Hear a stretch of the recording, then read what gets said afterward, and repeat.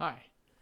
I think most people understand what leasing a car is. You walk into a dealership, you want to drive a nice car, but you know you can't afford financing it, let alone purchasing it full in cash. So that's when leasing comes in. You're able to pay a lower down payment than you would have if you financed the entire car. And essentially, you rent the car in return for monthly payments. And at the end of the lease agreement, you can return the vehicle to the dealership and one, lease a new vehicle, or two, decide to buy off the car for its residual value. You can essentially think of that as how the iPhone upgrade program works on a very high level. It essentially offers members a way to get the new iPhone every year through financing. I've been enrolled in the iPhone upgrade program since 2018 for the past 5 years, starting with the iPhone XS, and I want to explain to you how the program works and essentially why it's been worth it for me personally. Before I explain how the iPhone upgrade program works, I do want to note that it's currently only available in the US, UK, and China, and I'll only be speaking for my experience in the US. So this is how the program works, and I'll be using the example of the iPhone 15 Pro as an example. With the program, you can finance the full cost of your iPhone as well as AppleCare Plus coverage through a 24-month installment loan from Citizens Bank that comes with a 0% APR, which adds up to a total of $11.98 for the iPhone 15 Pro. If you're approved for the loan, you can buy the phone directly from Apple without having to financing it through your mobile carrier, since Citizens One, which is a lending branch of Citizens Bank, will now be financing on your behalf for Apple. For this example with iPhone 15 Pro, now you will owe Citizens One $49.91 monthly, which is $11.98 divided by 24 months.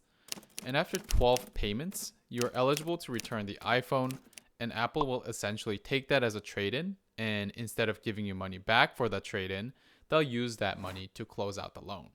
At a very high level, you're essentially renting an iPhone from Apple for 12 months, and once you've made the 12 payments, you're returning that iPhone in exchange for the brand new iPhone that year, and the cycle starts again. So you're paying monthly indefinitely in return for a new iPhone every year.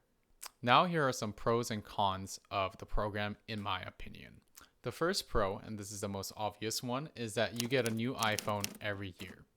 Personally, I love new technology, new gadgets, so for me, getting a new iPhone every year for a monthly payment is completely worth it for me. Second is the inclusion of the AppleCare Plus.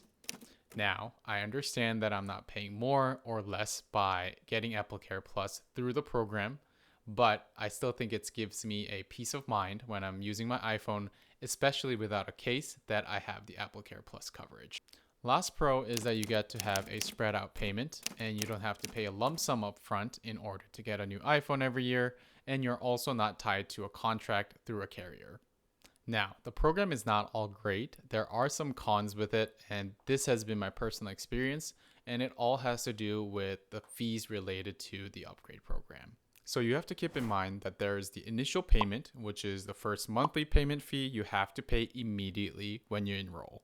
Second, there's also the line activation fee with your carrier.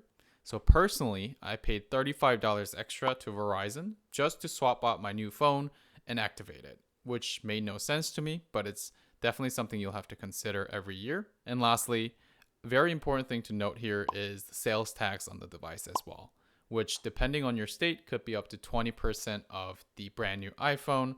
So in California, when I used to live there, I used to pay up to $120 every year when I purchased the new iPhone through the program. To wrap things up, if having the newest iPhone is important to you, which it is to me, or you don't have the money to pay upfront every year for a new iPhone, I'd say it's worth looking into the iPhone upgrade program. But if you're content with having an older iPhone model, or you don't want to have any monthly expenses, or you don't want to be continually in debt by having to upgrade every year, I'd say avoid the iPhone upgrade program.